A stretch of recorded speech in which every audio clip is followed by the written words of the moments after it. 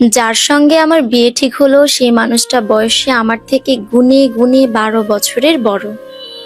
এই বয়সের বিশাল পার্থক্যের জন্যই শুরুতেই সম্বন্ধে আমার ঘোর আপত্তি ছিল। তবে বাবা মা সেই কথা মানতে নারাজ, কারণ পাত্র বাবার চেনা জানা। তার চেয়েও বড় কথা বনেদি পরিবারের ছেলে, সদর থেকে ইংরেজি সাহিত্যে স্নাতক পাশ করে এসেছে, বর্তমানে বাপদাদার ব্যবসা সামলাচ্ছে। আবার দেখতে শুনতেও নাকি চমৎকার, মায়ের ভাষায় যেটাকে বলে রাজপুত্তর। বড় চাচি বলেন আমার নাকি সাত কপালের ভাগ্য যে কালবতী হওয়ার পরেও এমন বনেদি পরিবার থেকে সম্বন্ধ এসেছে। তাই যেন বেশি তেড়িবেড়ি না করি, চুপচাপ ভদ্রমেয়েটি সেজে পাত্রপক্ষের সামনে বসে পড়ি। আমার মনটা খারাপ হয়ে গেল। হ্যাঁ, আমার গায়ের রংটা এবারের বাকি মেয়েদের তুলনায় একটু চাপা, কিন্তু এই কথাটা কি এভাবে সবার সামনে এত বিশ্রী করে বলবার কোনো দরকার ছিল? আমি আর কিছু না বলে চুপচাপ সেখানেই দাঁড়িয়ে রইলাম। রিমু মিমুকে দেখলাম, তারা প্রাণপণে চেষ্টা করছে হাসি চেপে রাখার, কিন্তু পারছে না। ভাবভঙ্গি এমন যেন বড় চাচি কোনো মজার কথা বলেছেন। তাদের স্বভাবই এমন, আমার প্রসঙ্গে কোনো কথা হলে তাদের কি যে মজা লাগে। আর সেই প্রসঙ্গটা যদি হয় আমার গায়ের রং নিয়ে, তাহলে তো কথাই নেই। আগে তাদের এই আচরণে খুব কান্না পেত, এখন অবশ্য কান্না পায় না, তবে মন খারাপ হয়, খুব খুব খারাপ হয়। আজও মনটা খুব খারাপ হয়ে গেল। তাই আমি আর বিয়ের আলোচনায় থাকলাম না। যদি আমার সুযোগ থাকতো, তাহলে আমি শুধু আলোচনায় নয়, এই বাড়িতেই থাকতাম না, দূরে কোথাও চলে যেতাম, যেখানে কেউ আমার গায়ের রং নিয়ে টিটকিরি করবে না, হাসি ঠাট্টা করবে না, আমার সঙ্গেও স্বাভাবিক মানুষের মতনই ব্যবহার করবে। আমি শুধু চাই একটু সম্মান আর একটু ভালোবাসা, আর কিছুই না। কিন্তু আমার ভাগ্যে সেগুলো কখনোই জোটেনি। ঘরে গিয়েই আমি দরজায় খিল দিয়ে আয়নার সামনে গিয়ে দাঁড়ালাম। তবে কেন যেন নিজের মুখের দিকে তাকানোর সাহস হলো না, দ্রুত সরে গেলাম। একটা সময় আমি আয়না দেখতে খুব ভালোবাসতাম, সারাটাক্ষণ শুধু আয়নার সঙ্গে আঠার মতন চিপকে চিপকে থাকতাম। আর এখন এই মুখটার দিকে তাকানোর মতন সাহসটুকু আমার ভেতরে অবশিষ্ট নেই। এগুলো ভেবেই আমার কান্না পেয়ে গেল। বারবার মনে হতে লাগলো, কেন আমি এত কুৎসিত দেখতে? কেন কেন আমি অন্যদের মতো একটু রূপ নিয়েও জন্মালাম না? কেন? কাঁদতে কাঁদতে কখন চোখ লেগে গেল বুঝতে পারলাম না। ঘুম ভাঙলো দরজার তীব্র কড়াঘাতের শব্দে। আমি হুড়মুড়িয়ে উঠে বসে দেখি চারিদিক অন্ধকার হয়ে এসেছে। আমার মাথায় আকাশ ভেঙে পড়ল। কতক্ষণ ঘুমিয়েছি আমি, যে দুপুর থেকে সিধা রাত হয়ে গেল। অন্ধকারে হাতড়ে হাতড়ে আমি কোনো মতে সুইচ বোর্ড পর্যন্ত গিয়ে দেখি কারেন্ট নেই। ব্যাপারটা আমি বুঝলাম অনেক গুতাগুতি করার পরে। তখনও ঘুমের রেশ ঠিক মতন কাটেনি, তাই সব কিছু বুঝতে একটু বেগ পেতে হচ্ছিল। আমি আর সুইচ বোর্ডকে ঘাটালাম না, সেটাকে তার হালে ফেলেই দরজা খুলতে ছুটলাম। দরজা খুলেই দেখি মা দাঁড়িয়ে আছেন, হাতে ছোট্ট একটা মোমবাতি, আলো টিমটিমে, যে কোনো সময় বুঝে যাবে। আমি বললাম, তোমরা আমাকে একটু ডাকতে তো পারতে মা, এত সময় ঘুমিয়েছি যে আমি নিজেই বুঝতে পারিনি। মা তখন বিস্মিত গলায় বললেন, এত সময় মানে? তুই ঢুকেছিস বড়জোর 1 ঘন্টা হয়েছে, এর জন্য এত গাইগুই করার কি আছে? আমি কিছু না বলে চুপ করে রইলাম, কারণ বড় চাচি বলেছেন কালো মেয়েদের এত পটর পটর করা উচিত না, পরে সংসার করতে গেলে ঝামেলা হবে। শ্বশুর বাড়ির লোকেরা বিরক্ত হয়ে লাথি মেরে বাড়ি থেকে বের করে দেবে। তাই এখন থেকে শিখে রাখছি কিভাবে শ্বশুর বাড়িতে গিয়ে চুপচাপ থাকবো। যাই হয়ে যাক না কেন, আমি শান্ত গলায় বললাম, তুমি কেন এসেছো বলো তো?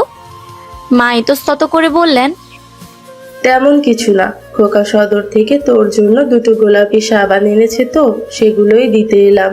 খোকা বলল এগুলো দিয়ে মুখ ধুলে নাকি তোর চামড়া ছবির মেয়ের মতোই ফর্সা আর চকচকে হয়ে যাবে।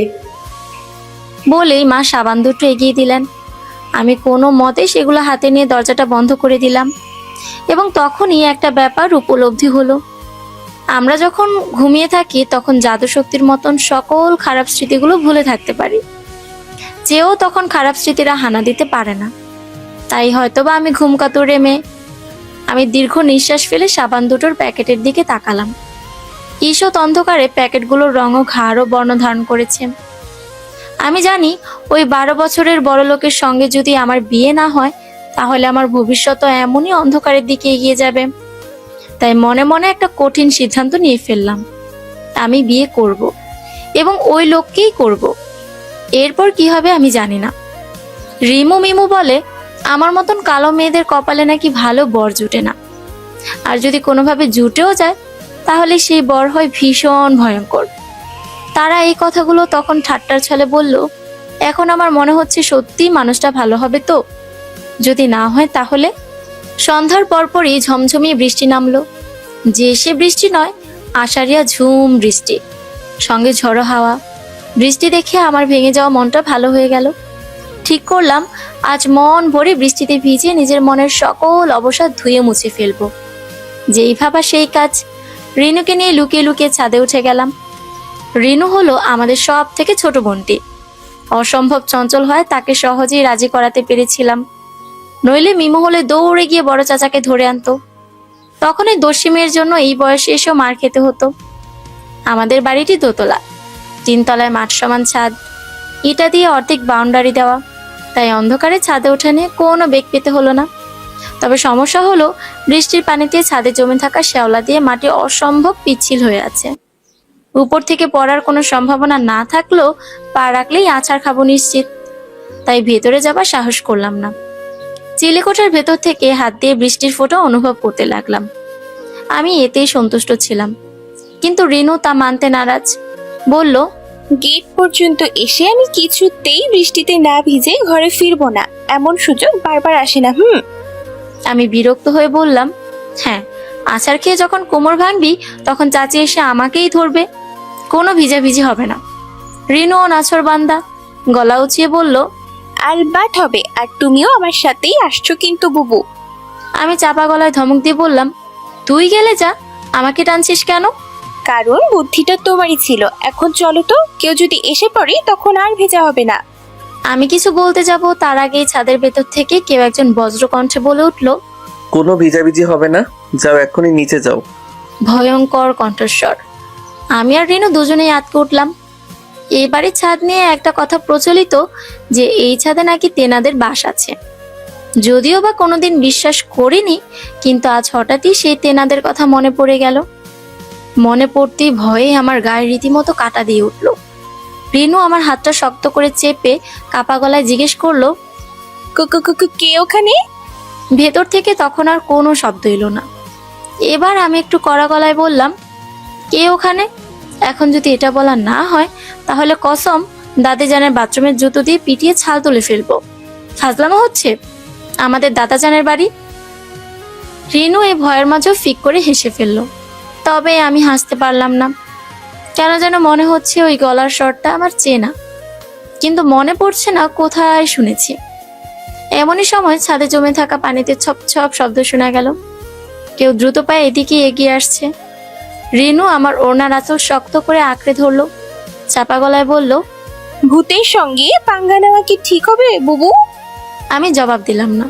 মেয়েটা বেশি ফালতু কথা বলে। ভেতর থেকে জবাব এলো, একদমই ঠিক হয়নি।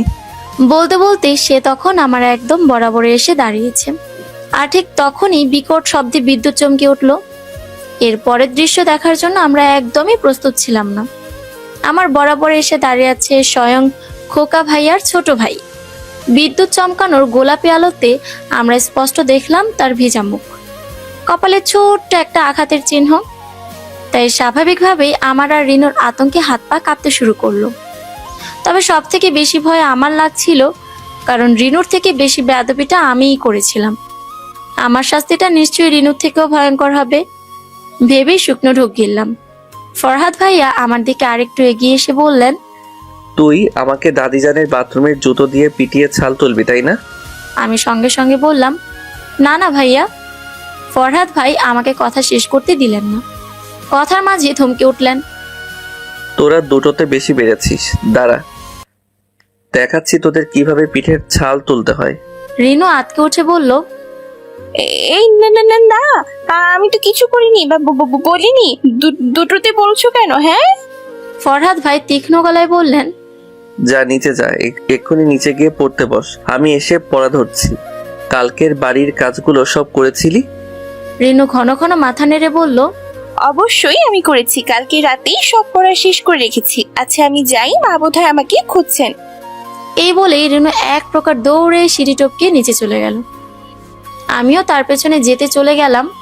হঠাৎই পেছনে ফিরে দেখি ফরহাদ ভাই ভেতরের দিকে মুখ করে দাঁড়িয়ে আছেন। বোধহয় কাউকে দেখছেন। আমি আর ঘাটালাম না, নিচে চলে এলাম। দোতলায় নামতেই বড় চাচির সঙ্গে দেখা হলো। তিনি আমাকে ছাদ থেকে নামতে দেখে ঝাঁঝালো গলায় বললেন, কি ব্যাপার, এত রাতে ছাদে কি করছিলে? আমি বললাম, বৃষ্টি দেখতে গিয়েছিলাম, সঙ্গে রিনুও ছিল। কথাটা আমি চেষ্টা করলাম যথাসম্ভব বিশ্বাসযোগ্যভাবে বলবার, তবে লাভ হলো না। বড় চাচি বিশ্বাস করলেন না, ধরেই নিলেন আমি ছাদে গিয়েছিলাম নিষিদ্ধ কোনো কাজে। সেটা তার সন্দেহ থেকে বিশ্বাসে পরিণত হলো তখন যখন তিনি জানতে পারলেন সেই সময় ফরহাদ ভাইয়াও ছাদে ছিলেন। আমি আর ফরহাদ ভাইয়া এই বৃষ্টির রাতে একসঙ্গে নির্জন ছাদে ছিলাম। কথাটা ভেবেই বড় চাচি অজ্ঞান হয়ে গেলেন। তবে সেটা কোনো সমস্যা ছিল না। সমস্যা হলো তখন যখন পুরো বাড়িতে এই কথাটা ছড়িয়ে পড়লো, একটু ভিন্নভাবে, যে আমি আর ফরহাদ ভাই নাকি ছাদে প্রেম করতে গিয়ে বড় চাচির হাতে ধরা খেয়েছি। ফরহাদ ভাই আর আমার প্রেমের কাহিনীটা কিভাবে যেন পুরো এলাকায় রটে গেল। এলাকার বাচ্চা থেকে বুড়ো সবার মুখে ওই একই কথা। সে এক দুঃখের কথা। আমরা কেউই লজ্জায় বাড়ি থেকে বের হতে পারছি না। বিশেষ করে আমি। বের হলেই পাশের বাড়ির চাচিরা কেমন অদ্ভুত দৃষ্টিতে তাকিয়ে থাকে। এই অদ্ভুত দৃষ্টি থেকে বাঁচার জন্য আমি বাড়ি থেকে বেরোনোই বন্ধ করে দিলাম। তবে এতেও ঘটনা থেমে থাকলো না। এক কান দু কান হতে হতে এই খবর একদিন বাড়ির কর্তাদের কানে চলে গেল। এতদিন বাড়িতে এই ব্যাপারটা নিয়ে খুব একটা চর্চা চলছিল না বললেই চলে। শুরুতে বড় চাচি একটু ঝামেলা করেছিলেন, পরে ফরহাদ ভাইয়ের কানে ঘটনা পৌঁছতেই সব কেমন ঠান্ডা হয়ে গিয়েছিল। তিনি চাচিকে কি বুঝিয়েছেন সেসব জানি না, তবে পরে বড় চাচি স্বাভাবিক হয়ে গিয়েছিলেন, তাই বাড়ির পরিবেশও স্বাভাবিক। এরপরে সেই ঘটনা নিয়ে বাড়িতে কেউ টু শব্দ পর্যন্ত করেনি। সব স্বাভাবিকভাবেই চলছিল। বাড়ির যে গুটি কয়েকজন সদস্য এই ঘটনা সম্পর্কে জেনেছিল তারাও ফরহাদ ভাইয়ের জন্য চুপ করে গিয়েছিল। আমি ভেবেছিলাম, যাক, ঘটনা হয়তো এখানেই শেষ। এভাবে আস্তে আস্তে এলাকাবাসীও নিশ্চয়ই ভুলে যাবে। কিন্তু সেগুড়ে বালি। আমার ভাবনাকে ভুল প্রমাণিত করে এই খবর এক কান দু কান হতে হতে বড় চাচার কানে পৌঁছে গেল। সব থেকে মজার ব্যাপার হলো, তাকে এই খবরটা দিয়েছে আমার হবু শ্বশুরবাড়ির লোকেরা। সঙ্গে তারা বিয়েটাও ভেঙে দিয়েছে। শুধু তাই নয়, সেখান থেকে বড় চাচাকে অনেক কথা শুনিয়ে দেওয়া হলো। এর আগে এই মানুষটির জন্য আমার তেমন অনুভূতি কাজ না করলেও সেই দিন খুব খারাপ লাগলো। বড় চাচা শুধু বাড়িতেই না, আমাদের এলাকায়ও বেশ সম্মানীয় মানুষ। তাই তার এমন অপমানটা স্বাভাবিকভাবেই বাড়ির কেউই হজম করতে পারলো না। সেদিন যদিও বা আমাকে এই ঘটনার জন্য কেউ দায়ী কিংবা কিছু বলেনি, তবে সেই রাতে আমি আর ঘুমাতে পারলাম না। কারণ এই কিছু না বলাটা আরো ভয়ঙ্কর। বড় কোনো ঝড় আসার আগে যেমন পরিবেশ ক্ষণিকের জন্য নিস্তব্ধ হয়ে যায়, তেমনি এখনকার পরিস্থিতিও। আজকে কিছু বলেনি এর মানে এই না যে কালকেও কিছু বলবে না। সব থেকে বড় কথা, এসবের জেরে যে এত ভালো সম্বন্ধটা হাতছাড়া হয়ে গেল, সেটার দায়ভারও বড় চাচি নিশ্চিত আমার উপরেই চাপাবেন। কারণ বড় চাচির নজরে কালো মানেই দোষী। শুধু বড় চাচি নয়, এই বাড়ির প্রতিটা সদস্যেরই তাই ধারণা। এমনকি আমার বাবা মায়েরও ধারণা একই। কৃষ্ণবর্ণের মানুষদের প্রতি তাদের প্রবল ঘৃণা কাজ করে। আর যদি সেটা হয় মেয়ে, তাহলে তো কথাই নেই। ভয় আর আতঙ্কে সে রাতে আর ঘুমাতে পারেনি। সারা রাত কাটলো এপাশ ওপাশ করতে করতে। অনেক কষ্টে শেষ রাতের দিকে যাও একটু চোখ লেগে এসেছিল, খানিকক্ষণ বাদে সেটা থেকেও রিনু এসে উঠিয়ে দিল। আমি অনেক কষ্টে চোখ খুলে দেখি সকাল হয়ে গেছে। রিনু আমাকে ঠেলতে ঠেলতে বলল, আর কত ঘুমাবে বুবু? সবাই তো উঠে গেছে, বাকি আছে শুধু তুমি আর খোকা ভাইয়া। এখন যদি না ওঠো তাহলে কিন্তু শেষে খোকা ভাইয়ার সঙ্গে নাস্তা করতে হবে। আমি ঘুম ঝরানো গলায় বললাম, করে নেব, উনিও তো ভাই লাগেন, এখন তুই যা তো। রিনু তখন বিরক্ত গলায় বলল, হ্যাঁ হ্যাঁ, তুমি ঘুমাও। ওখানে কি হচ্ছে কোনো খবর কি তুমি রেখেছো? নাস্তার পরেই বাংলা ঘরে ফরহাদ ভাই আর তোমাকে নিয়ে বৈঠক বসবে। সেখানে বড় চাচা বাড়ির সবাইকে, বিশেষ করে তোমাকে আর ফরহাদ ভাইকে উপস্থিত থাকতে বলেছেন। কথাটা শুনে আমার সব ঘুম উড়ে গেল। এক প্রকার লাফিয়ে বিছানা থেকে নামলাম। রিনু বলল, কই যাও বুবু? আমি উস্কো খুস্কো চুলগুলোকে খোপা করতে করতে বললাম, ফরহাদ ভাইয়ের কাছে। এই ব্যাপারে তার সঙ্গে একবার কথা বলা দরকার। জানিস কি থেকে কি হয়ে গেল আমি তো এখনো বুঝতে পারছি না। মিথ্যা ভিত্তিহীন একটা খবর নিয়ে এমন নাচানাচি করার কি কোনো মানে আছে? যত সব। তুই বল ভাইয়া এখন কোথায়? রিনু স্বাভাবিক গলায় বলল, ছাদে গিয়ে দেখো। আর শোনো, সাবধানে যেও। সবার নজর কিন্তু এখন তোমাদের উপরে। কেউ যদি তোমাদের একসঙ্গে দেখে ফেলে তাহলে এই মিথ্যাকে সত্য বানিয়ে ফেলতে 2 সেকেন্ডও লাগবে না। আমি মাথা নাড়লাম। কথা সত্য, মফস্বলের মানুষেরা তিলকে তাল বানাতে ওস্তাদ। অন্তত নিজের 17 বছরের জীবনে আমি এতটুকু বুঝতে পেরেছি। ছাদের লোহার ভারী দরজাটা ভেজানো ছিল। উকি দিয়ে দেখি দক্ষিণের ভাঙা রেলিংটা ঘেঁষে দাঁড়িয়ে আছেন ফরহাদ ভাই। পেছন ফিরে থাকায় মুখভঙ্গিটা দেখতে পেলাম না। এই বাড়িটা যেমন পুরনো, এটা সব জিনিসপত্র পুরানো হয়ে গেছে। ছাদের এই লোহার দরজাটা তাই খুলতে গেলে বিশ্রী ক্যাচ ক্যাচ শব্দ হয়। আমি অতি সাবধানে দরজাটা ঠেলে ভেতরে ঢুকে পড়লাম। ভাগ্য ভালো থাকায় কোনো শব্দ হলো না। আমি স্বস্তির নিঃশ্বাস ফেললাম। পা টিপে টিপে তার পেছনে গিয়ে দাঁড়াতেই ফরহাদ ভাইয়া হঠাৎই বলে উঠলেন। কি চাই? হঠাৎ ফরহাদ ভাইয়ের প্রশ্নে আমি একটু চমকে উঠলো। পরক্ষণেই নিজেকে সামলে নিলাম। শুকনো কেশে বললাম, আপনার সঙ্গে কথা আছে ভাইয়া। ফরহাদ ভাই আমার দিকে ফিরে তীক্ষ্ণ গলায় বললেন, কিসের কথা? তার বলার ধরন শুনেই কেন যেন আমার গলাটা শুকিয়ে একদম কাঠ হয়ে গেল। অদ্ভুত তো, এই সমস্যা আমার আগে ছিল না, এই এখন উৎপত্তি হলো। এমনি সময় হঠাৎই আমার খেয়াল হলো কিছু বলার জন্য আমি কোনো শব্দ খুঁজে পাচ্ছি না। এখানে আসবার আগে যা যা ভেবে রেখেছিলাম সব কথা এলোমেলো হয়ে গিয়েছে। ফরহাদ ভাই জবাবের আশায় আমার দিকে তাকিয়ে আছেন। আমি অস্বস্তিতে পড়ে গেলাম। কি বলবো কিছুই মাথায় আসছে না।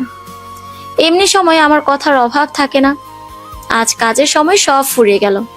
এই কেমন যন্ত্রণা। ফরহাদ ভাই আমার দিকে এক পলক তাকিয়ে দৃষ্টি সরিয়ে নিলেন। অন্যদিকে তাকিয়ে দীর্ঘ নিঃশ্বাস ফেলে বললেন, রোদের ভেতরে দাঁড়িয়ে না থেকে নিচে যা। নাস্তা করেছিস? আমি ঘন ঘন মাথা নেড়ে বললাম, না। ফরহাদ ভাই বিরক্ত গলায় বললেন, তো যা, গিয়ে নাস্তা কর। গাধার মতন এখানে দাঁড়িয়ে আছিস কেন? আমি চুপ করে গেলাম। তবে কথাটা না বলে যেতে মন চাইছে না। উফ, খুব দরকারি একটা কথা ছিল। এখন যদি না বলে চলে যাই তাহলে আমি শান্তি পাবো না। আজ সারাদিন আমার মাথা ব্যথা করবে। আমি অসহায় গলায় বললাম, বিশ্বাস করুন, আমি আপনাকে খুবই জরুরি একটা কথা বলতে এসেছিলাম, কিন্তু আপনাকে দেখে সব ভুলে গিয়েছি। অথচ কথাটা খুবই জরুরি ছিল। ফরহাদ ভাই আমার কথা বিশ্বাস করলেন কিনা বোঝা গেল না।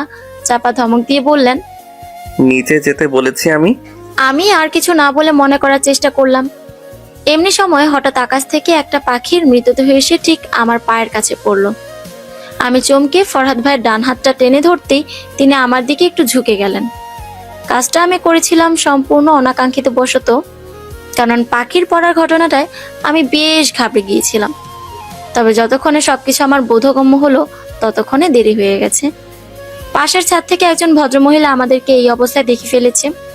তিনি এখন সেখানে দাঁড়িয়ে দাঁড়িয়ে চিৎকার করে বলছেন, কি দিন এসে পড়লো রে বাবা, এই সাত সকালে উঠে এইসব দৃশ্য দেখতে হচ্ছে রে। ছি ছি, বলি তোমাদের কি লজ্জা শরমের কোনো বালাই নেই? খোলা ছাদে উঠে এইসব কি নষ্টামি চলছে? কর্কশ গলায় মহিলা এক নাগারে বলেই যাচ্ছে, ভাঙা রেডিওর মতন। থামাথামির কোনো নামই নেই। আমি ফরহাদ ভাইয়ের দিকে তাকালাম। তিনি ফুসফুস করে নিঃশ্বাস ফেলছেন। বোধহয় রাগ নিয়ন্ত্রণ করবার চেষ্টা করছেন। কথাটা মাথায় আসতেই আমি সঙ্গে সঙ্গে তার হাত ছেড়ে দিলাম। ফরহাদ ভাই হাত ঝাড়তে ঝাড়তে দাঁতে দাঁত চেপে বললেন, তোর জন্য এখন আমিও ফাঁসলাম। বাহ, চমৎকার। আমি মাথা নিচু করে ফেললাম। নিচে যাওয়ার জন্য পা বাড়াতেই দেখি ছাদের দরজায় মা, দাদি যান সহ সবাই দাঁড়িয়ে আছেন। আর বড় চাচি তো জ্বলন্ত দৃষ্টিতে আমার দিকে তাকিয়ে আছেন। পারলে তিনি ওই চোখ দিয়েই আমাকে ভস্ম করে দিতেন। আমি কি করব বুঝতে না পেরে অসহায় কণ্ঠে বললাম, বিশ্বাস করুন, আমি ছাদে উঠেছিলাম হাওয়া খেতে। আমি জানতাম না ছাদে ফরহাদ ভাই আছেন। জানলে আমি আসতাম না। আমার কথা শেষ হতে না হতেই পাশের ছাদ থেকে ভাঙা রেডিও চিৎকার করে বলে উঠল, ধরা পড়লে সবাই বলে, আমি নিজের চোখে দেখেছি এরা কতটা অশ্লীল ভাবে দাঁড়ায় ছিল। বিশ্বাস করেন ভাবি, একদম ঘেঁষে দাঁড়ায় ছিল। বোধ হয় চুম্মা চাটি সব করছে। আমার তখন মনটা চাচ্ছিল মুটকির জিব্বাটা টেনে একদম ছিঁড়ে ফেলতে। যদি আমার তখন ক্ষমতা থাকতো এই কাজটা আমি অবশ্যই করতাম। ফরহাদ ভাইয়ের দিকে তাকাতেই দেখি তিনিও কটমট করে তাকিয়ে আছেন ওই মহিলার দিকে। পারলে বোধহয় তিনিও একই কাজটি করতেন। বড় চাচি দাঁত কিরমিরিয়ে বললেন, ওরে হতচ্ছাড়ি, তুই আমাদের কাঁধে পেয়েছিস যে তুই যা ভোজং ভাজং বোঝাবি আর আমরা বুঝে নেব। এতই যদি পবিত্র উদ্দেশ্যে ছাদে এসে থাকো, তাহলে ওড়না ছেড়ে কিভাবে ডাং ডাং করে এখানে চলে এলে? বল তোর ওড়না কই? আরে তাই তো, এর জন্যই তো বলি ফরহাদ ভাই অন্যদিকে তাকিয়ে কেন কথা বলছেন। পরক্ষণে ব্যাপারটা আমার ভালো মতন বোধগম্য হতেই লজ্জায় আর অস্বস্তিতে আমার কেমনটা যেন লাগছিল বলে বোঝাতে পারবো না। আর রিনুটাও কেমন। যখন আমি ওড়না ছাড়া বেরিয়ে এসেছি তখন তো সে সামনে ছিল। আমাকে একটু বললে তার কি এমন ক্ষতি হয়ে যেত। রিনুর ওপর তখন খুব রাগ লাগলো। সত্যি বিপদের সময় কেউ কারো না। বাংলা ঘরের পরিবেশ যথেষ্ট থমথমে। একদম মাঝখানে যে সেগুন কাঠের সিঙ্গেল সোফাটা আছে সেটাতে বড় চাচা বসে আছেন, মুখভঙ্গি অস্বাভাবিক গম্ভীর। তার পাশের সোফায় বসে আছেন দাদিজান, ছোট চাচা আর বাবা। মেজো চাচা সহ বাকি সবাই তাদেরকে গোল করে দাঁড়িয়ে আছে। আর দুপাশের দুকোনায় আমি আর ফরহাদ ভাই দাঁড়িয়ে। ফরহাদ ভাইয়ের মুখভঙ্গি এখন আগের তুলনায় বেশ স্বাভাবিক। তাকে দেখে একটু বিচলিত মনে হচ্ছে না, বরং বেশ খুশি খুশি মনে হচ্ছে। সেই তুলনায় আমার অবস্থা যথেষ্ট করুণ। 4 দফা মায়ের হাতে মার খেয়ে আমার শ্যামলা গালে হালকা হালকা হাতের ছাপ পড়ে গেছে। বাম চোখটা একটু ফুলে গেছে। তবে বাইরে দিয়ে আমি যথেষ্ট নির্লিপ্ত থাকার চেষ্টা করলেও ভেতরে ভেতরে আমি হাউমাউ করে কাঁদছি। বারবার আফসোস হচ্ছে আজকে এবং সেই রাতে ছাদে যাওয়ার জন্য। ইতিমধ্যে আমার বিশ্বাস হয়ে গেছে যে এই ছাদটা আমার জন্য কুফা। ঘরের পিনপতন নীরবতা ভেঙে বড় চাচাই আগেই কথা বললেন। একটু কেশে গম্ভীর গলায় বললেন, তোমাদেরকে নিয়ে যা শুনেছি সেটা কি সত্যি? আমি কিছু না বলে ফরহাদ ভাইয়ের দিকে তাকালাম। সকলের দৃষ্টি তার দিকে। ফরহাদ ভাই শান্ত গলায় বললেন, আপনি কি শুনেছেন সেটা আগে বলুন, কারণ কথা রটতে রটতে কোন পর্যায়ে গিয়েছে সেটা ধারণা না পেলে আমি জবাব দিতে পারবো না। বড় চাচা ঠান্ডা গলায় বললেন, রুবুর সঙ্গে তোমাকে নিয়ে যে কথাগুলো এলাকায় রটেছে সেগুলো কি সত্যি? দেখো, তুমি যা বলবে আমি কিন্তু বিশ্বাস করে নেব।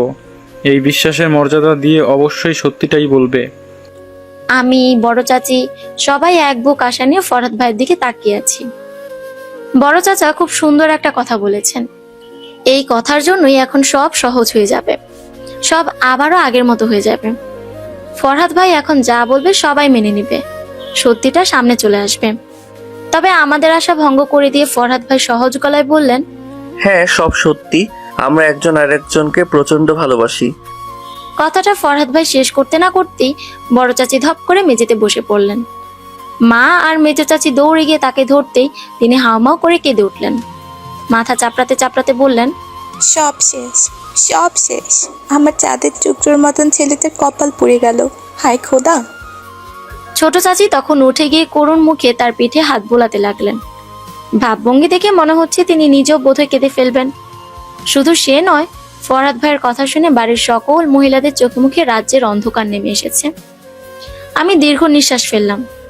মানুষের চরিত্রটা বড়ই বিচিত্র। এমনিতে এরা সত্যিকারের সত্য কথা সহজে বিশ্বাস করতে চায় না, একটু জোরাজোরি করলে সন্দেহের চোখে তাকিয়ে থাকে। কিন্তু ওই জায়গায় যদি একটু গুছিয়ে মিথ্যে বলা হয় তাহলে 1 সেকেন্ডও সময় নেয় না বিশ্বাস করতে। আমি ফরহাদ ভাইয়ের দিকে তাকালাম। এই পরিস্থিতিতেও তার ভাবভঙ্গি একদম নির্বিকার, যেন এখানে যা হচ্ছে সেটার প্রস্তুতি তার আগে থেকেই ছিল। হঠাৎই আমার মনে হতে লাগলো, গত 17 বছর ধরে আমি যে ফরহাদ উদ্দিন জামান নামক মানুষটিকে চিনি, এটা সেই মানুষ নয়, অন্য কেউ, একদমই অচেনা কেউ, যাকে আমি চিনি না। এভাবে কতক্ষণ আমি তার দিকে তাকিয়েছিলাম জানি না। তবে যখন হুঁশ ফিরল তখন দেখি সবাই আমার আর ফরহাদ ভাইয়ের দিকে অবিশ্বাস্য দৃষ্টিতে চেয়ে আছে। এমনকি ফরহাদ ভাই নিজেও আমারই দিকে চেয়ে আছেন এক দৃষ্টিতে। সেই দৃষ্টিতে কি ছিল আমি জানি না, কিন্তু চোখ পড়তেই গায়ে কেমন কাঁটা দিয়ে উঠলো। আমি সঙ্গে সঙ্গে চোখ ফিরিয়ে নিলাম। বড় চাচা দীর্ঘ নিঃশ্বাস ফেলে বললেন, তোমাদের মাঝে এসব কতদিন ধরে চলছে? ফরহাদ ভাই হাই তুলতে তুলতে বললেন, 2 বছর 1 মাস 17 দিন 4 ঘন্টা 12 সেকেন্ড ধরে। বড় চাচা ফরহাদ ভাইয়ের এমন দায়সারা আচরণে বিরক্ত হলেন। বললেন, 2টা বছর তো কম সময় নয়। তুমি এতদিনও আমাদেরকে জানালে না কেন? ফরহাদ ভাই এবার একটু নড়ে চড়ে বসলেন। আমার দিকে এক পলক তাকিয়ে গম্ভীর গলায় বললেন, আমার মনে হয় কারণটা আপনাদের জানা বাবা। আসলে আমি চাচ্ছিলাম না যে তিলকে তাল বানানো হোক, কারণ এই বাড়ির মহিলাদের বদঅভ্যেস বাড়ির ঘটনাগুলোকে বাড়িতে চেপে না রেখে বাইরের লোকদের কাছে বলে কয়ে বেড়ানো। সব থেকে বড় কথা, আমি অবশ্যই চাইবো না যে রুবু আর আমার ব্যাপারটা নিয়ে কেউ ঘাটাঘাটি করুক। বড় চাচা শুকনো গলায় বললেন, এভাবে তো চলে না ফরহাদ, এসব ঘটনা চেপে রাখা যায় না। তুমি যতই চেপে রাখার চেষ্টা করবে সেটা ততই বাইরে বেরিয়ে আসবে। ফরহাদ ভাই তাচ্ছিল্যের গলায় বললেন, সে তো দেখতেই পাচ্ছি। বাবা শুনুন, আপনার উচিত আগে এই বাড়ির মেয়েগুলোকে টাইটে রাখা, কারণ এরা যদি কথা পেটেরটা পেটেই রাখতে পারতো তাহলে মহল্লায় আমাদের এত বদনাম হতো না, আপনাকেও এত কথা শুনতে হতো না। বড় চাচা শুকনো মুখে সবই শুনলেন, তবে তার কথার পরিপ্রেক্ষিতে কিছুই বললেন না। হঠাৎই তিনি আমার দিকে তাকিয়ে বললেন, এই ব্যাপারে তুমি কিছু বলতে চাও? আমি মনে মনে ঠিক করলাম মাথা নেড়ে না বলবো, কিন্তু আমার যে কি হলো জানি না, মাথা নেড়ে না বলতে গিয়ে আমি বলে ফেললাম হ্যাঁ। উফ, যন্ত্রণা! মাথাটাও আজকাল আমার বিপক্ষে চলে যাচ্ছে। এখন আমি কি বলবো কিছুই তো ভেবে আসেনি, আর এই মুহূর্তে মাথায়ও যে কিছুই আসছে না। কিন্তু এখন কিছু না বলেও উপায় নেই। এই মুহূর্তে বাংলা ঘরের প্রতিটা সদস্য আমার দিকেই তাকিয়ে আছে। এখন সত্যিটা বলা ছাড়া আমার আর কোনো পথ খোলা নেই। যদিও বা কেউ বিশ্বাস করবে না, কিন্তু কিছুই করবার নেই, কারণ আমি বলার মতন কথা খুঁজে পাচ্ছি না। আমি ঢোক গিলে বললাম, বড় চাচা বিশ্বাস করুন, ফরহাদ ভাইয়ের সঙ্গে না আমার এভাবে কোনোই সম্পর্ক নেই। আমি সেই ছোটবেলা থেকে ভাইয়ের দৃষ্টি ছাড়া তাকে আর অন্য কোনো দৃষ্টিতেই দেখিনি। আমার কথা শেষ হতে না হতেই ফরহাদ ভাই বলে উঠলেন, ও মিথ্যা বলছে। এবার আর আমি চুপ থাকতে পারলাম না। ফরহাদ ভাইয়ের দেখিয়ে তাকে ঝাঁঝালো গলায় বললাম, একদম আমার উপরে মিথ্যা অপবাদ দিতে আসবেন না। আমি দেখতে হয়তো বা আপনাদের মতন তথাকথিত সুন্দরী নই, কিন্তু এর মানে এই না যে আমি বানের জলে ভেসে এসেছি। আমার রুচি এত খারাপ হয়ে যায়নি যে আপনার মতন ছেলের সঙ্গে প্রেম করতে যাব। যদি আমার প্রেম করতেই হতো তাহলে খোকা ভাইয়ের সঙ্গে করতাম, আপনার সঙ্গে না। এক নিঃশ্বাসে কথাগুলো শেষ করবার পরে বুঝতে পারলাম আমি আবারও বড় একটা গন্ডগোল করে ফেলেছি। রাগের মাথায় কি বলতে গিয়ে কি বলে ফেলেছি বলার সময় সেটা নিজেই বুঝতে পারিনি। যতক্ষণে বুঝেছি ততক্ষণে অনেক দেরি হয়ে গিয়েছে। সবাই আমার দিকে অদ্ভুত দৃষ্টিতে তাকিয়ে আছে, বিশেষ করে খোকা ভাইয়া একদম হতভম্ব হয়ে গেছে। আমার তখন কি যে লজ্জা লাগছিল বলে বোঝাতে পারবো না। মনটা চাচ্ছিল দক্ষিণের পুরানো কোটাতে গিয়ে ঝাঁপ মারি। ফরহাদ ভাই হাই তুলতে তুলতে বললেন, ভয়ে ওর মাথা এলোমেলো হয়ে গিয়েছে। অবশ্য নারী জাতটাই এমন, কি বলতে গিয়ে কি বলে ফেলে ঠিক নেই। এমন মানুষের কথা কানে নিতে নেই। কি বলেন চাচা যান? শেষের কথাটা বাবার উদ্দেশ্যে বললেন। বলে বাবার দিকে তাকাতেই যেন তার হুঁশ ফিরল। তিনি ঘন ঘন মাথা নেড়ে বললেন, হ্যাঁ হ্যাঁ, তাই তো।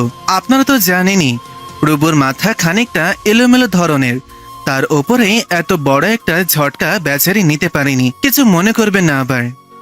বড় চাচা একটু হাসার চেষ্টা করে বললেন, না না, তা মনে করব কেন? রুবু তো আমাদেরই মেয়ে, চোখের সামনেই তো বড় হলো। বড় চাচার সঙ্গে সঙ্গে বাবাও একটু হাসলেন। এগুলো স্বাভাবিক হাসি না, সবই পরিস্থিতি ঠান্ডা করার হাসি, এবং এতে ভালোই কাজ হলো।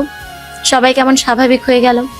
আমি স্বস্তির নিঃশ্বাস ফেলতাম, এমনই সময় ফরহাদ ভাই বক্তৃতা দেওয়ার ভঙ্গিতে বললেন, আর একটা কথা, আমি এই শুক্রবারে বাদ জুম্মা রুবুকে বিয়ে করতে চাই। আশা করছি এতে কারোর সমস্যা হবে না। কথাটায় আমার সঙ্গে সঙ্গে বড় চাচাও বেশ হকচকিয়ে গেলেন। বললেন, শুক্রবার মানে পরশু। এত তাড়াতাড়ি সব ব্যবস্থা কিভাবে হবে ফরহাদ? দেখো, তোমাদের সম্পর্কে যে আমার আপত্তি আছে ব্যাপারটা এমন না, কিন্তু তুমি খুব তাড়াতাড়ি করছো বলে আমার মনে হচ্ছে। একটু সময় নাও, সবাইকে সব গুছিয়ে উঠতে দাও। তাছাড়া বাড়ির বড় ছেলেই তো এখনো বিয়ে করেনি, সেখানে তুমি ছোট হয়ে বড় ভাইয়ের আগে বিয়ে করে ফেললে ব্যাপারটা ভালো দেখায় না। ফরহাদ ভাই বললেন, আমি বলিনি যে ঢাকঢোল পিটিয়ে সানাই টানাই বাজিয়ে বিয়ে করতে। আমি বলেছি ঘরোয়াভাবে ছোটখাটোভাবে বিয়ের অনুষ্ঠান করতে। কাছের কয়েকটা আত্মীয় স্বজন ডেকে এনে বিয়ে পড়িয়ে দিলেই হয়ে যায়। এর জন্য এত ঝামেলা করার কি আছে? বিয়েটা শুক্রবারই হবে। বড় চাচা আর কিছু বলতেন, তার আগেই আমি সেখান থেকে বেরিয়ে এলাম। এসব শুনতে আমার একটুও ভালো লাগছে না। ভেবেছিলাম ভালোই ভালোই অন্য বংশে বিয়ে করে চলে যাব, আর এই বাড়ির ত্রিসীমানায়ও ঘেঁষবো না, কিন্তু সেটা আর হলো কই। ফরহাদ ভাইকে বিয়ে করলে আমাকে সারা জীবন এই বাড়িতে পড়ে থেকে থেকে বড় চাচির কথা শুনতে হবে। আমার জীবনটা তখন হয়ে যাবে একদম তেজপাতার মতোই রসকসহীন। না না, আমি কিছুতেই ফরহাদ ভাইকে বিয়ে করতে পারবো না। এর থেকে তো ওই 12 বছরের বড় ওই লোকটাই ভালো ছিল, অন্তত আমাকে এই জঞ্জাল থেকে বের করে নিয়ে যেত। উফ, কিছুই ভালো লাগছে না। ফরহাদ ভাই কেন যে সব ফেলে আমার মতো কালো মেয়েরই পেছনে পড়লেন কে জানে। রাতে ঘর থেকে বেরিয়েই দেখি বাড়ির পরিবেশ পুরো পাল্টে গিয়েছে। চারপাশে কেমন ঈদ ঈদ একটা ভাব চলে এসেছে। বারান্দা থেকে উকি দিয়ে দেখি নিচতলায় বাতি জ্বলছে। আমি একটু অবাক হলাম, এত রাত হয়ে গিয়েছে কিন্তু সবাই এখনো জেগে আছে, ব্যাপারটা কি? আমি দাঁড়িয়ে দাঁড়িয়ে এসবই ভাবছিলাম, হঠাৎই কেউ আমার কানের কাছে এসে ফিসফিস করে বলল, বিয়ের কন্যাদের এত রাতে চুল খুলে বাইরে দাঁড়িয়ে থাকা ঠিক না, কারণ কখন খারাপ নজর লেগে যায় বলা যায় না। আমি চমকিয়ে পেছনে তাকিয়ে দেখি রিনু ব্যাককালটা দাঁড়িয়ে আছে। আমি স্বস্তির নিঃশ্বাস ফেললাম, বুকে ফু দিয়ে কড়া গলায় বললাম, আমি মারি না এর মানে এই না যে মারতে পারি না। একটা থাপ্পড় মেরে গাল ফাটিয়ে দেব বেয়াদব। রাত বিরেতে আমার সঙ্গে মশকরা হচ্ছে। কথাটা আমি ধমকের সুরে বললেও রিনু ফিক করে হেসে ফেলল, যেন আমি তাকে কোনো মজার কথা বলেছি। আমি একটু শান্ত হলাম, স্বাভাবিক গলায় বললাম, ব্যাপার কি রে রিনু? এত রাত হয়ে গেছে কিন্তু সবাই এখনো জেগে আছে কেন? কিছু কি হয়েছে? রিনু চোখ কপালে তুলে বলল, সে কি, তুমি এখনো জানো না এত সব কেন হচ্ছে? আমি মাথা নেড়ে বললাম, না জানি না। রিনু তখন একগাল হেসে বলল, কাল তোমার গায়ে হলুদ বুবু, ছোট করে হলেও আমরা ঠিক করেছি সব বোনেরা মিলে সুন্দর করে একটা নাচের আসর করব, এখন সেটারই প্রস্তুতি চলছে। রিনুর কথায় আমার মাথায় আকাশ ভেঙে পড়ল। কাল আমার গায়ে হলুদ মানে কি? আমাকে না জানিয়ে সবাই এত বড় সিদ্ধান্ত কিভাবেই বা নিতে পারলো? কালো হয়েছে বলে কি আমার কোনোই মতামত নেই? কথাটা ভেবেই আমার কান্না পেয়ে গেল। কিন্তু রিনুর সামনে কোনো মতেই কাঁদা যাবে না। সে যদি দেখে যে আমি গায়ে হলুদের কথা শুনে কেঁদে ফেলেছি, তাহলে পুরো বাড়িতে কথাটা ছড়িয়ে পড়বে, যেটা আমি একদমই চাই না। কোনো মতে ঠোঁট কামড়ে কান্না আটকানোর চেষ্টা করলাম। এতে লাভ তো হলোই না, বরঞ্চ হিচকির মতন উঠে গেল। পুনরায় আমি নিজের উপরে আবারও ভীষণ বিরক্ত হলাম। দিনকে দিন আমার শরীরটাও মীর জাফরের মতন বেইমান হয়ে যাচ্ছে। ধুর, ভালো লাগে না। পাশ থেকে রিনু বলল, ও বাবুবু, তুমি কি কাঁদছো?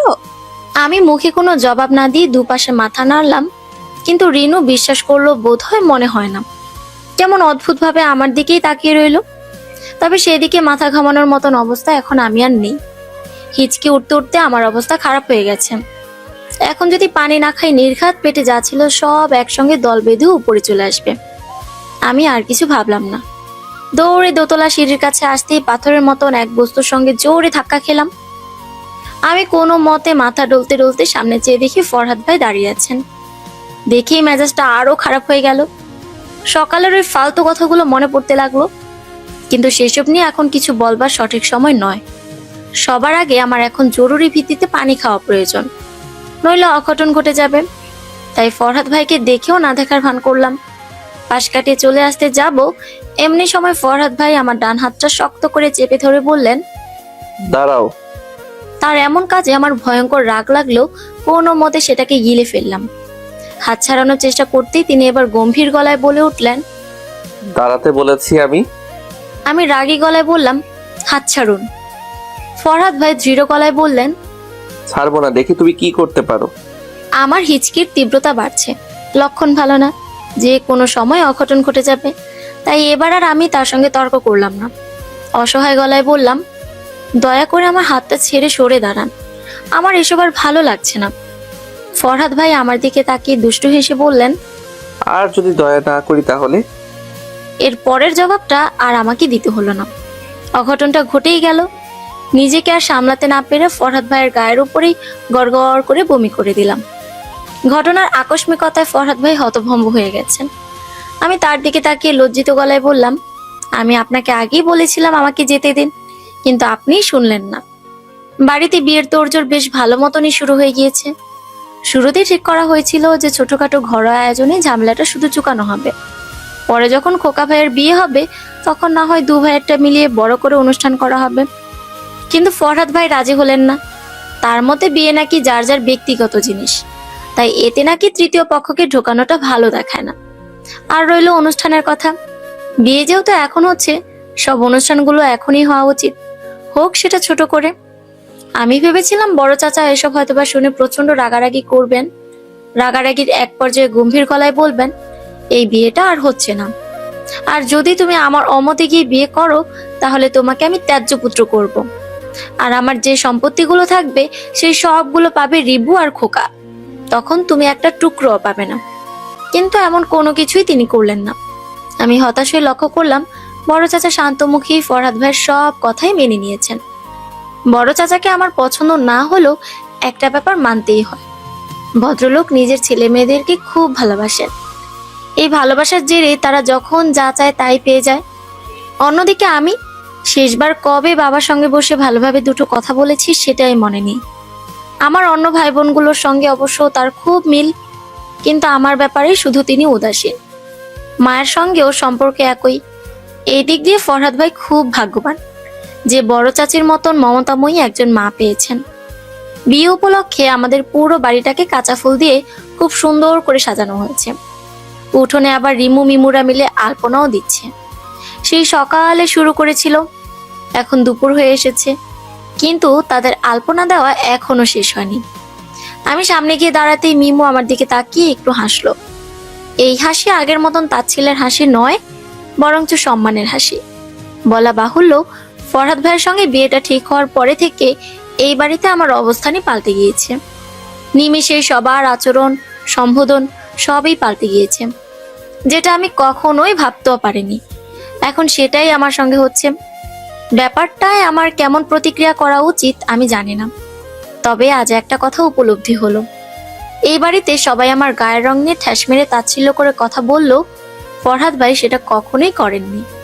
হ্যাঁ, একটু কঠোরতা তো দেখিয়েছিলেনই, কিন্তু সেটা শুধু আমার সঙ্গে নয়, সবার সঙ্গেই তিনি এমন ছিলেন। এসব ভাবতে ভাবতে কখন আমার চোখে জল চলে এসেছে বুঝতে পারেনি। রিমু আমার দিকে তাকিয়ে বলল, কি হয়েছে বুবু? না মানে তুমি এভাবে কাঁদছো কেন? আমি চোখ মুছতে মুছতে বললাম, কিছু না, তোমাদের আলপনাটা না খুবই সুন্দর হয়েছে, কিন্তু রিনুকে নাওনি কেন? ওর তো অনেক আগ্রহ ছিল এসবে। রিমু তখন বিরক্ত গলায় বলল, আর বলো না বুবু, নীলু ফিলুদের সঙ্গে মিলেও আমাদের ধোকা দিয়েছে।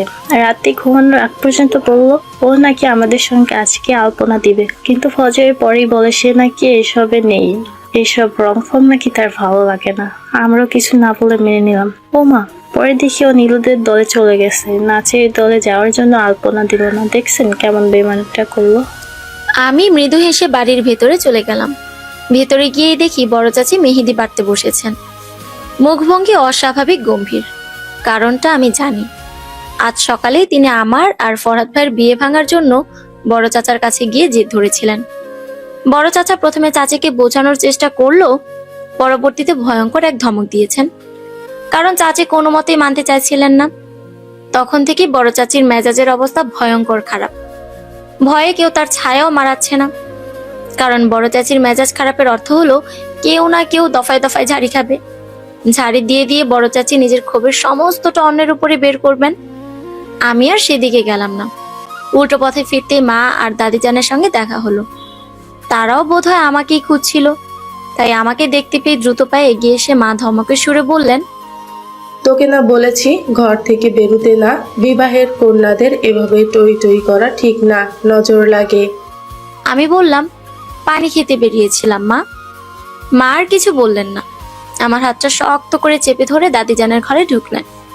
পিছু পিছু দাদিজানও ঢুকে ঘরের দরজায় খিল দিলেন। আমি গিয়ে খাটের উপরে বসলাম। দাদিজান তখন আলমারি খুলতে গিয়েছেন। এই ফাঁকে মা আমার কাছে এসে বসলেন। চাপা গলায় বললেন, রুবু, সত্যি করে বল তো, ফরহাদের সঙ্গে তোর এসব কতদিন ধরে চলছে? আমি কি বলবো ভেবে পেলাম না, কারণ আমি নিজেই তো জানি না কতদিন ধরে চলছে।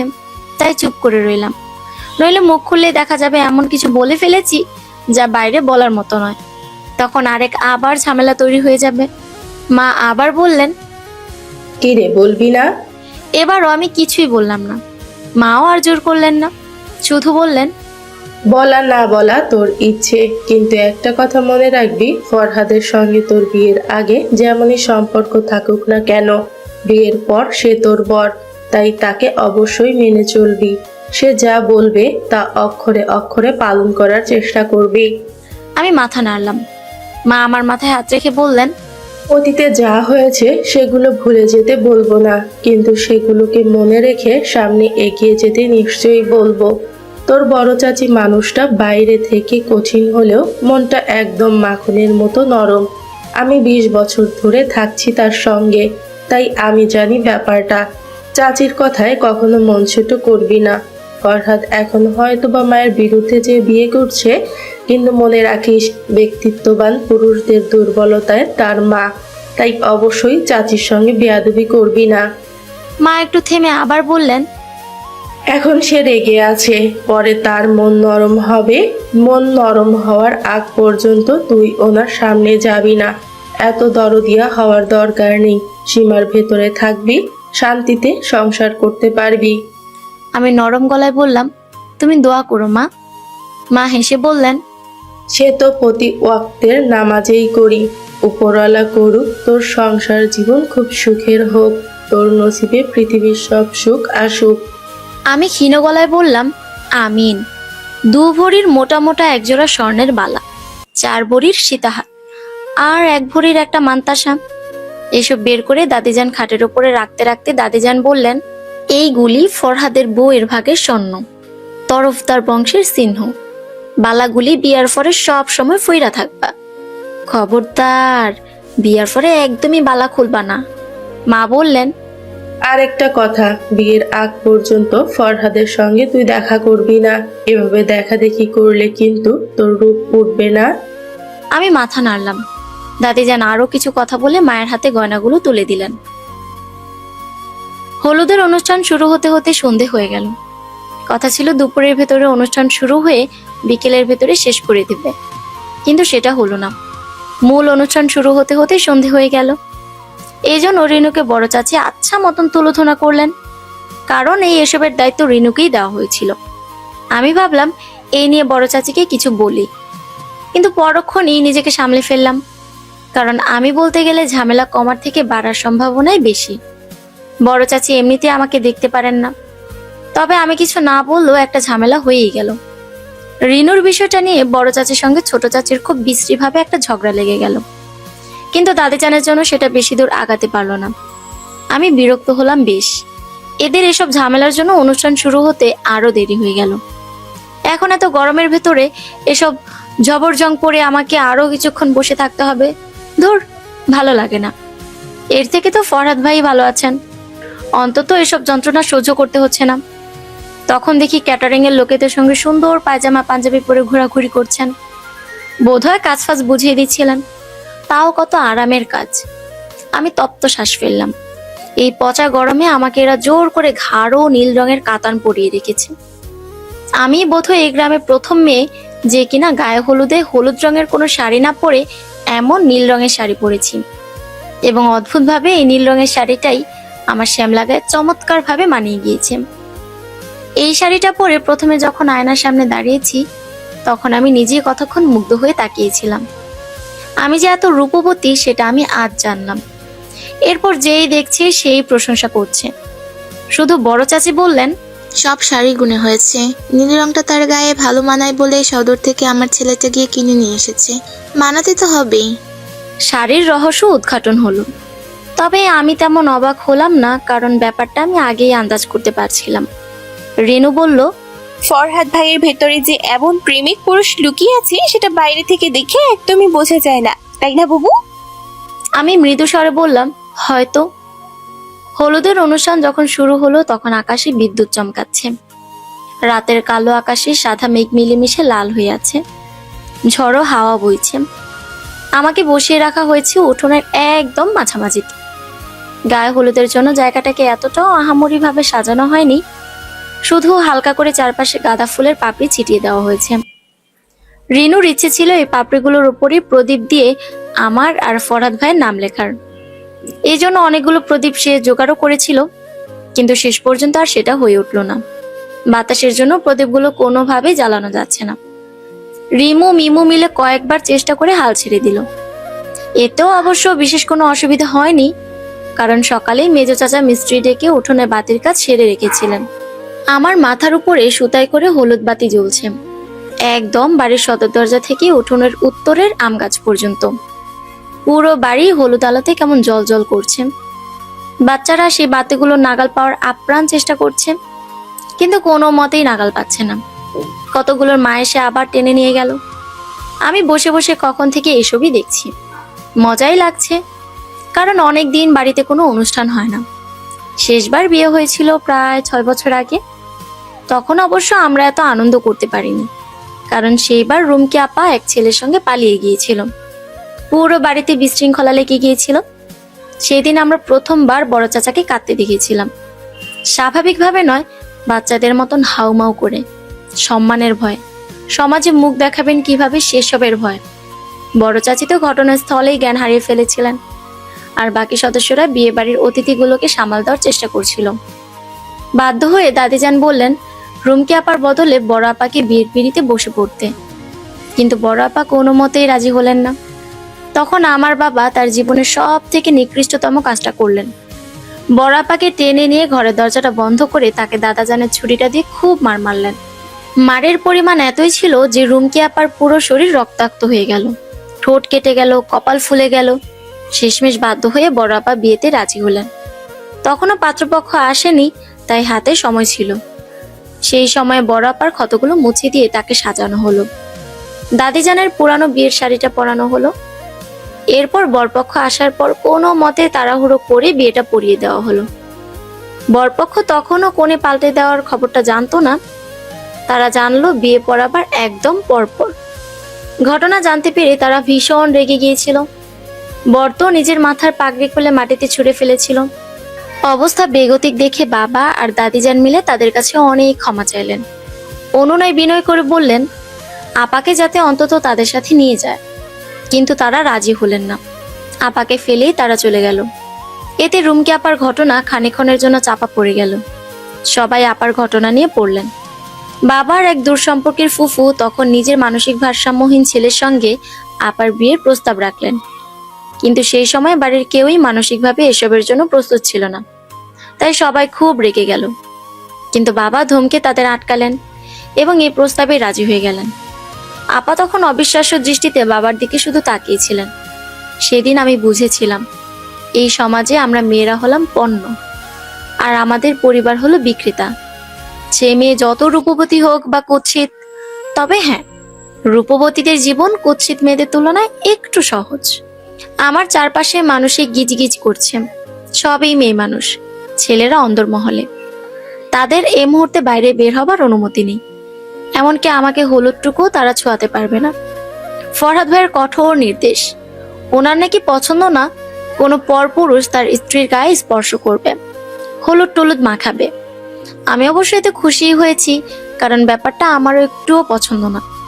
যে ছেলেরা এসে এসে আমাকে স্পর্শ করবে। পাশেই দাদিজানের খানদানি সেগুন কাঠের জল চৌকি রাখা হয়েছে।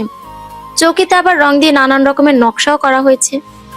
যে চেনাই যাচ্ছে না সেটার উপরে গোলাপ আর গাঁদা ফুলের পাপড়ি ছিটানো। সেগুলোর উপরে সব কিছু রাখা।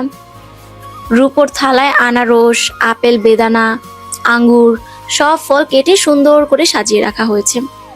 সেটার পাশে একটা প্রদীপ জ্বলছে, আর দুটো ছোট ছোট রূপোর বাটিতে হলুদ বাটা আর মেহেদি। রিমু মিমু মিলে এই ছোট্ট বাটিগুলোই এত সুন্দর করে সাজিয়েছে, দেখলে শুধু তাকিয়ে থাকতে ইচ্ছে করে। আমাদের বাড়ির নিয়ম হলো কনেকে সবার আগে বরের মা এসে হলুদ ছোঁয়াবে, কানের কাছে বিয়ের গীত গাইবে। কিন্তু আমার বেলায় এই নিয়মেরও ব্যতিক্রম ঘটলো, কারণ বড় চাচি কোনো মতেই আমাকে এসে হলুদ ছোঁয়াতে রাজি হননি। দাদি যেন তাই আর তাকে জোর করলেন না, নিজেই এসে আমার গায়ে প্রথম হলুদ ছোঁয়ালেন। এরপর হলুদের অনুষ্ঠান পুরো দমে শুরু হয়ে গেল। যে গুটি কয়েকজন অতিথি এসেছিল তারা একে একে এসে সবাই আমাকে হলুদ ছোঁয়ালো। এতক্ষণ ধরে মাথা নিচু করে বসে থাকতে থাকতে আমার ঘাড় ব্যথা হয়ে গেল। এর মাঝে রেনু ছুটে এসে হাঁপাতে হাঁপাতে বলল, ঘটনা শুনেছো কিছু বাবু? আমি বললাম, কেন, কি হয়েছে আবার? রেনু বিরক্ত গলায় বলল, আর বলো না, ভেতরে ছেলেদের গায়ে হলুদের জন্য এত কষ্ট করে সাজালাম, পরে শুনি ফরহাদ ভাই নাকি গায়ে হলুদে ছোঁয়াবেন না, কোনো মতেই না, এসব নাকি মেলি জিনিস। এরপরে সাহস করে রিবু আর মিমু হলুদ ছোঁয়াতে গিয়েছিল, ফরহাদ ভাই তখন সেই হলুদ দুটোকে চুবিয়ে ঘর থেকে বের করে দিয়েছে। আমি হেসে বললাম, থাক, ওনাকে ছোঁয়াতে হবে না, তোরা এসে আমাকে আবার হলুদ ছোঁয়া। ভালো কথা, তোদের নাচের আসর কখন শুরু হবে রে?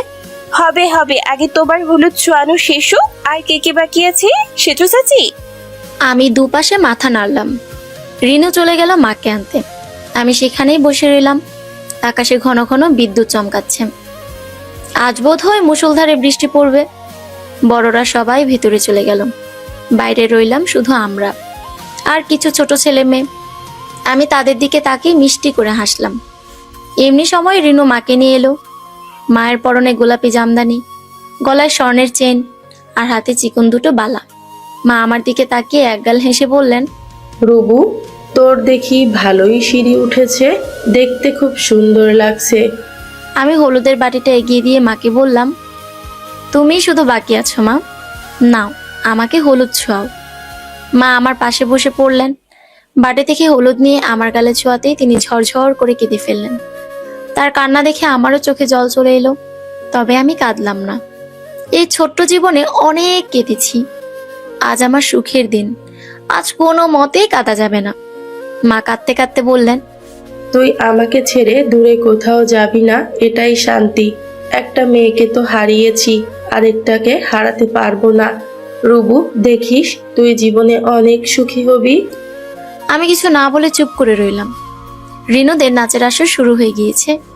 শুরুতে রিমু মিমুরা বলেছিল তারা নাকি এসব নাচ ফাচে নেই। এখন দেখি তারাও দলে ঢুকে পড়েছে এবং খুব সুন্দর করে নাচছে।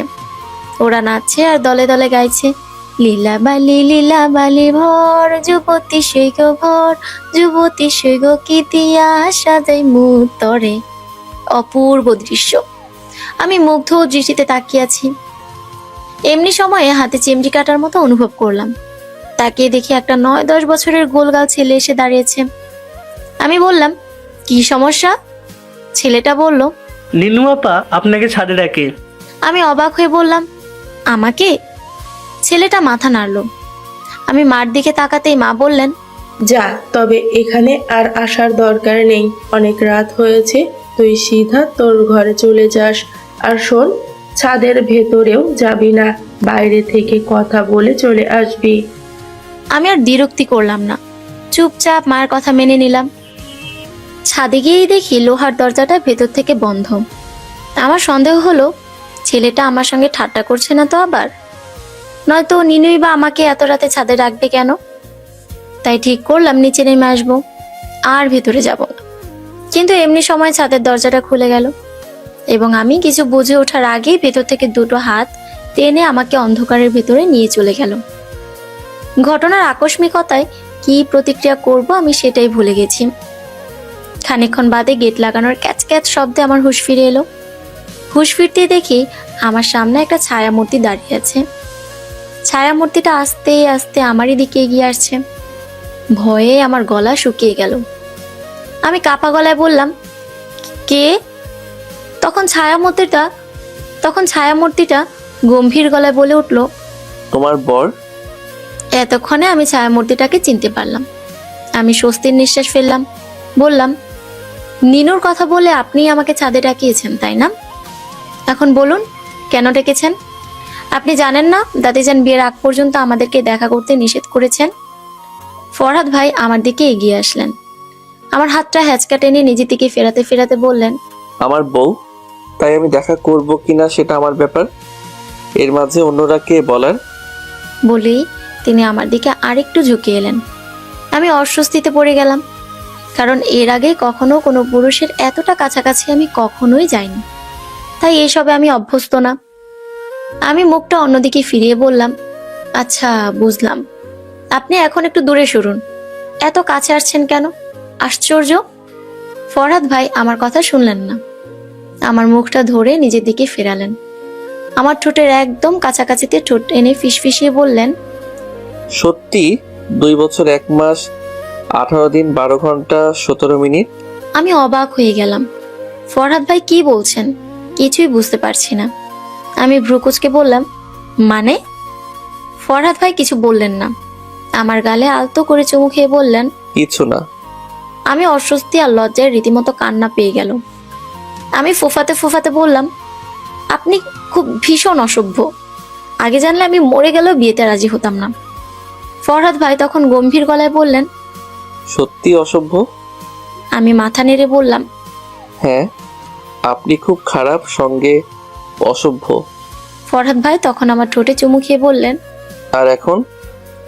আমি অস্পষ্ট গলায় বললাম, এখন আরো বেশি। এই বলে আমি হাত ছাড়ানোর চেষ্টা করতেই ফরহাদ ভাই ধমকে উঠলেন।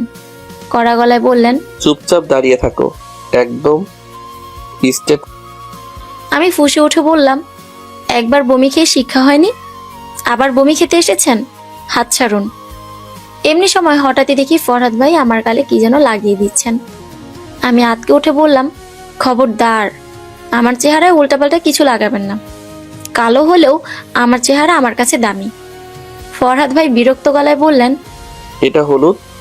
আমি বললাম, তাহলে ঠিক আছে, আপনি ঝুঁকুন, আমিও আপনার গালে লাগিয়ে দিচ্ছি। ফরহাদ ভাই ঝুঁকলেন। আমি আমার গাল থেকে একটু হলুদ নিয়ে তার নাকে ছুঁয়ে দিলাম। বললাম, ওরা তখন আপনাকে হলুদ লাগাতে এসেছিল, লাগালেন না কেন? ফরহাদ ভাই ক্ষীণ গলায় বললেন, কারণ আমাকে ছোঁয়ার অধিকার শুধু তোমার, আর কারো নয়। আমি তার দিকে এক দৃষ্টিতে তাকিয়ে রইলাম। অন্ধকারে যদিও বা কিছুই দেখা যাচ্ছে না, তবে আমি জানি তিনিও আমার দিকে তাকিয়ে আছেন এক দৃষ্টিতে। এমনি সময় হঠাৎই বিকট শব্দে বিদ্যুৎ চমকে উঠল। আমার ঘোর কেটে গেল তাতে। ব্যস্ত গলায় বললাম, ভেতরে চলুন তো, আকাশের অবস্থা ভালো না, যে কোনো সময় বৃষ্টি নেমে যাবে।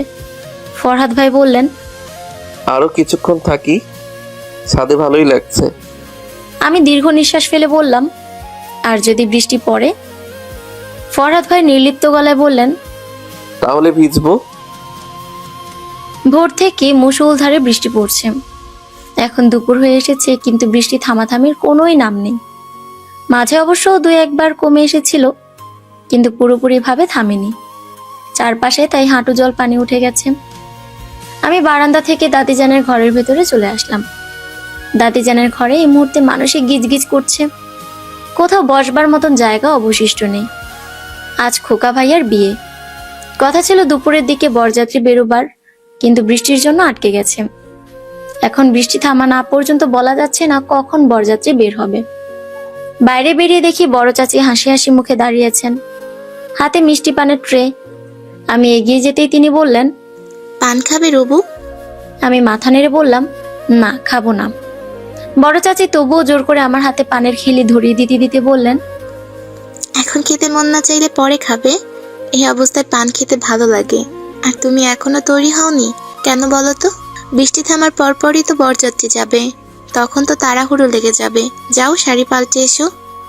আমি পান নিতে নিতে বললাম, উনি কোথায়? বড় চাচি বললেন, উনি কে ফারহাদ? ও তো খেজুর কিনতে গিয়েছে। আমার ছেলেটার হয়েছে এক জ্বালা। ভালো পেয়েছে বলে যার যার কাছ তার উপর গছিয়ে দেয়। আশফাককে বলেছিলাম খেজুর কিনে রাখতে, কিন্তু গাদাটা ভুলে গিয়েছে। শেষ মুহূর্তে এসে বলে তার নাকি খেজুর কেনার কথা মনে ছিল না। এটা শুনে বৃষ্টির ভেতর ছাতা হাতে ছেলেটা বেরিয়ে গেছে খেজুর কিনতে। এখন ভালো বলায় পেয়ে সহি সালামতে বাড়ি ফিরতেই হলো। আমি চিন্তিত মুখে জানালা দিয়ে বাইরে তাকালাম। বৃষ্টির বেগ আরো বেড়েছে। ইস, এত বৃষ্টির ভেতরে মানুষটা না জানে খেজুর কিনতে কোথায় কোথায় ঘুরছে। বড় চাচি তখন নরম গলায় বললেন, থাক, আর চিন্তা করো না। এই অবস্থায় তোমার জন্য বেশি চিন্তা করা ঠিক হবে না। বাচ্চার উপরে খারাপ প্রভাব পড়বে। ভালো কথা, ফারহাদকে জানিয়েছে এই সুখবর? আমি বললাম, না। বড় চাচি বললেন, জলদি জানিয়ে দিও। খবরটা শুনে সে খুব খুশি হবে। এই বংশের 3য় প্রজন্মের প্রথম বাচ্চা। তোমার শ্বশুরই তো এত খুশি যে বলার বাহিরে। আজ শুনেই বলছিল যে এলাকায় নাকি জিলাপি বাজবে, কিন্তু আমি বাধা দিলাম, কারণ বলা তো যায় না, যদি নজর টজর লেগে যায়। তার উপরে প্রথম বাচ্চা, একটু সাবধানে থাকা উচিত।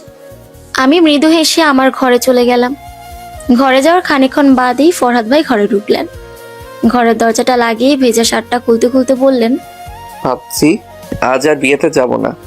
2 ঘন্টা ধরে বাজারে ঘুরতে ঘুরতে আমার শরীরের সব শক্তি ফুরিয়ে গিয়েছে। আমি বললাম, তাহলে আমিও যাব না। আপনাকে ছাড়া সেখানে গিয়ে আমার কোনোই কাজ নেই। উনি হাসলেন আমার কথা শুনে, ঠেস মেরে বললেন, ব্যাপার কি আমার বৌদি কি ইদানিং জামাই সোহাগী হয়ে যাচ্ছে? 5 মাসে এত পরিবর্তন? কাছে আসো তো দেখি, জ্বর এলো নাকি?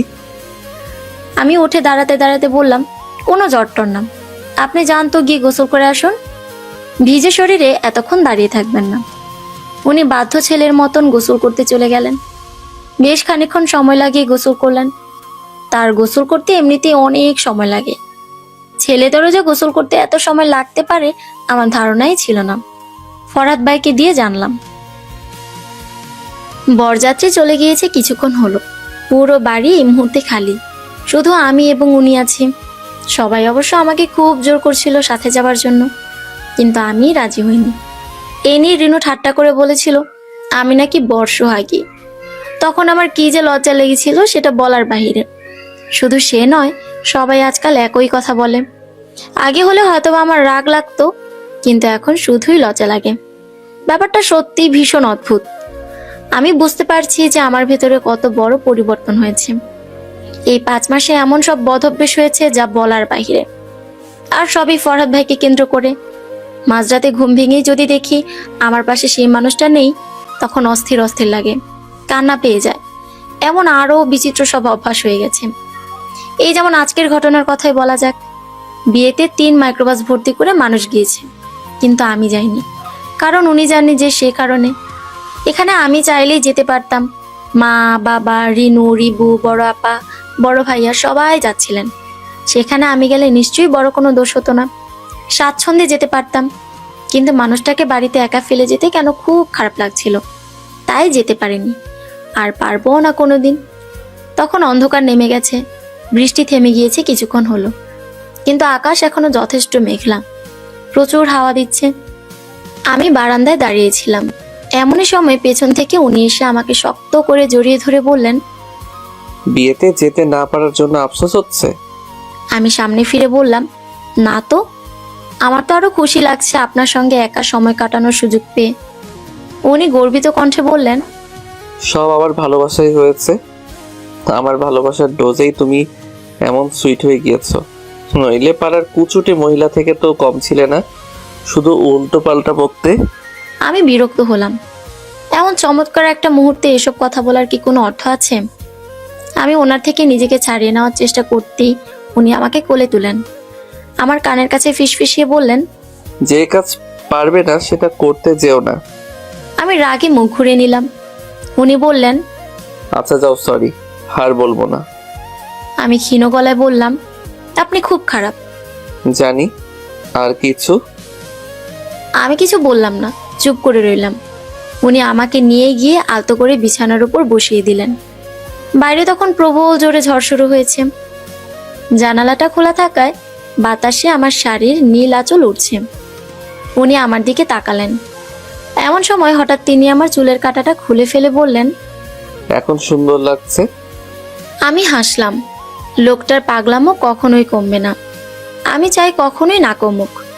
উনি আমার দিকে এক পলক তাকিয়ে বেলি ফুলের চমৎকার একটা গাছটা বের করলেন। আমার খোলা চুলে আটকে দিতে দিতে বললেন, বৃষ্টির ভিতরে অনেক কষ্টে এই ফুলগুলো খুঁজে পেয়েছিলাম। ভাগ্যিস পেয়েছি, নইলে জানতেই পারতাম না তোমাকে গাছরা ফুলে কত মানায়। আমি মৃদু স্বরে বললাম, আমার না আপনাকে একটা কথা বলার ছিল ফরহাদ ভাই। আপনি না মামা হতে চলেছেন। কথাটা বলবার পরে মনে হলো আমি কি বলে ফেলেছি। উফ উফ উফ, আমার জীব বোধহয় এই জীবনে আর শুধরবে না। বদমায়ের জীব কোথাকার। আমি ওনার দিকে তাকিয়ে দেখি তিনি অবাক হয়ে আমার দিকে তাকিয়েছেন। উনি দীর্ঘ নিঃশ্বাস ফেলে বললেন, তুমি আর শুধরবে না রুবু। ওনার কথাটা শুনে আমার বুকের ভেতরটা ধক করে উঠল। লজ্জায় মুখটা গরম হয়ে গেল। আমি তাড়াতাড়ি মুখ ফিরে জানালার বাইরে তাকালাম। বাইরে তখনও টিপ টিপ করে বৃষ্টি পড়ছে। দূরের গাছগুলো বৃষ্টির জলে ধুয়ে একদম সবুজ হয়ে উঠেছে, অথচ আমার ভেতরে যেন ঝড় বইছে। আমি নিজেকে মনে মনে বকতে লাগলাম, এভাবে কেউ বলে নাকি আপনি মামা হতে চলেছেন? এই কথাটি কি এভাবে বলা যায়? উফ আল্লাহ, উনি এখন কি ভাবছেন কে জানে।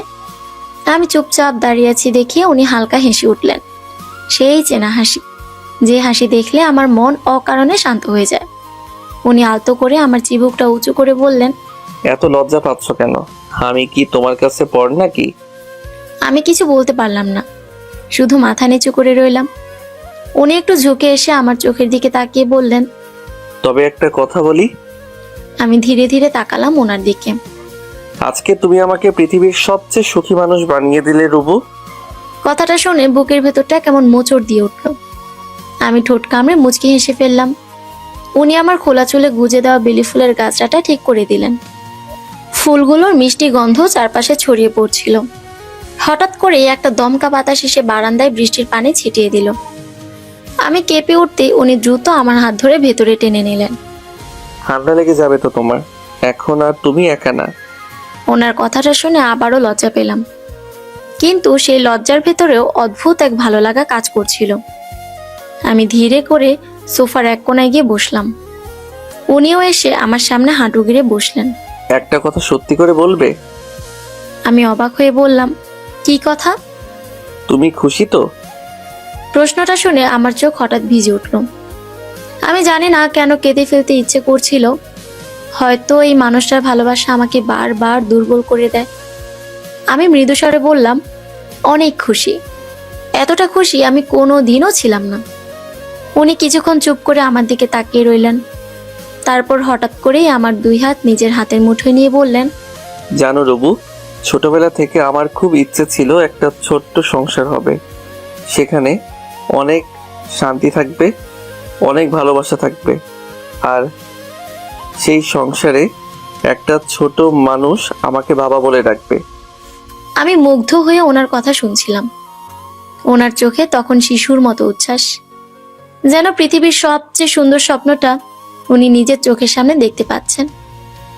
কিন্তু আমি কখনো ভাবিনি সেই স্বপ্নটা তোমাকে নিয়ে পূরণ হবে। তুমি আমার জীবনে আসার পর সব কিছু বদলে গেছে রুবু। আগে আমি শুধু বেঁচে ছিলাম, আর এখন আমি বাঁচতে শিখেছি। আমার চোখ থেকে টুপ করে এক ফোঁটা জল গড়িয়ে পড়ল। আমি দ্রুত চোখ মুছে ফেললাম, কিন্তু উনি সেটা দেখে ফেললেন।